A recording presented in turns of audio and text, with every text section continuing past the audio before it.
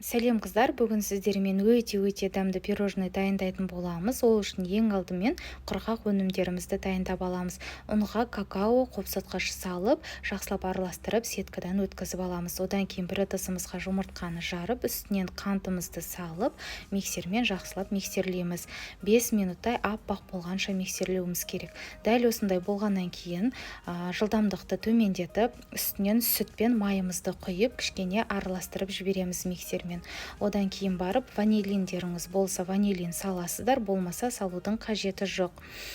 Одан кейін үстінен құрғақ өнімдерімізді салып, лопатаның көмегімен жақсылап біркелкі болғанша араластырасыздар.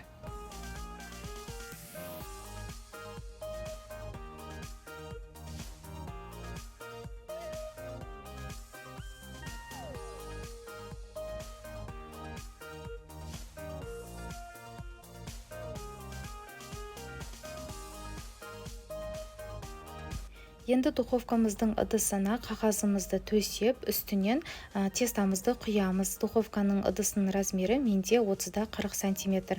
Енді осыны біркелкі етіп жайып шығып, 180 градуста 20-25 минут пісіріп аламыз.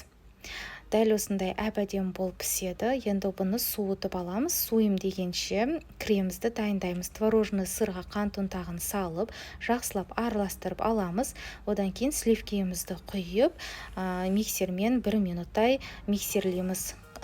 Даже 1 минут емес, 40 секундтай миксерлеулеріңіз керек. Қою, плотный крем болғанша. Айта кетейін, миксердің ыдысы менде 20 минуттай морозильникте тұрды. Салқын болса, жақсы крем болып шығады, өз формасын ұстайтындай.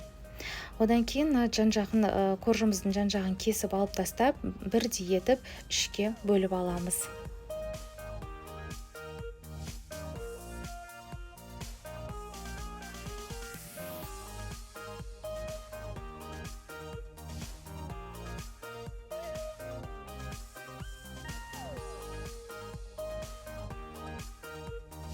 Корждың үстіндегі пленкасын міндетті түрде алып тастаймыз. Одан кейін барып пирожныйымызды жинайтын боламыз. Корждарды міндетті түрде ылғандандырып отырамыз. Одан кейін барып үстіне кремімізді жағып, ягодаларымыз салып, жинаймыз тура видеодағыдай етіп.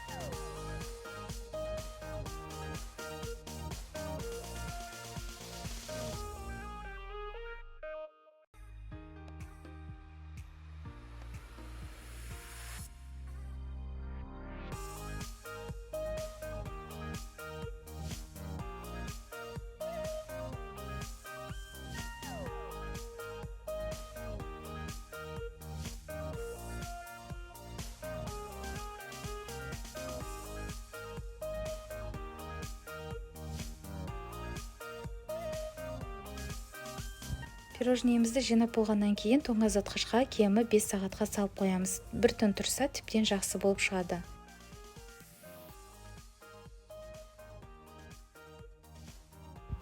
Пирожныйымыз дайын болғаннан кейін барып, енді ганашымызды дайындаймыз. Сливкеге шоколадты және де сары майды салып, микротолқынды пеште немесе ыстық буда осылай ертіп аласыздар біркелкі етіп.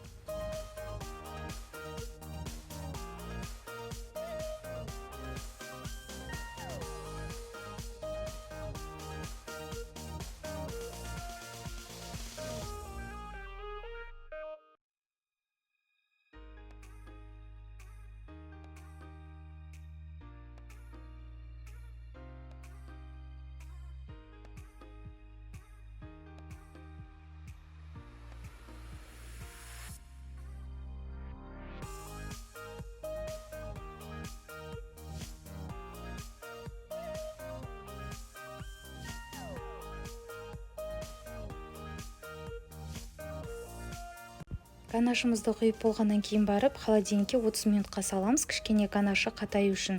Одан кейін қалаған размерге бөліп шықсаңыздар болады. Мен мына жерде 7-ге бөліп шықтым 4 сантиметрден. Сіздер дәл ортасынан бөлсеңіздер 14 штук пирожный шығады. Ал дәл осылай қалдыратын болсаңыздар сіздерде 7 штук пирожный шығады.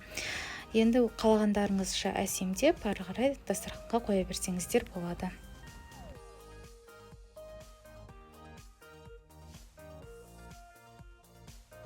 Бұл пирожныйымыз өте дәмді болып шықты, және де өте нәзік болып шықты.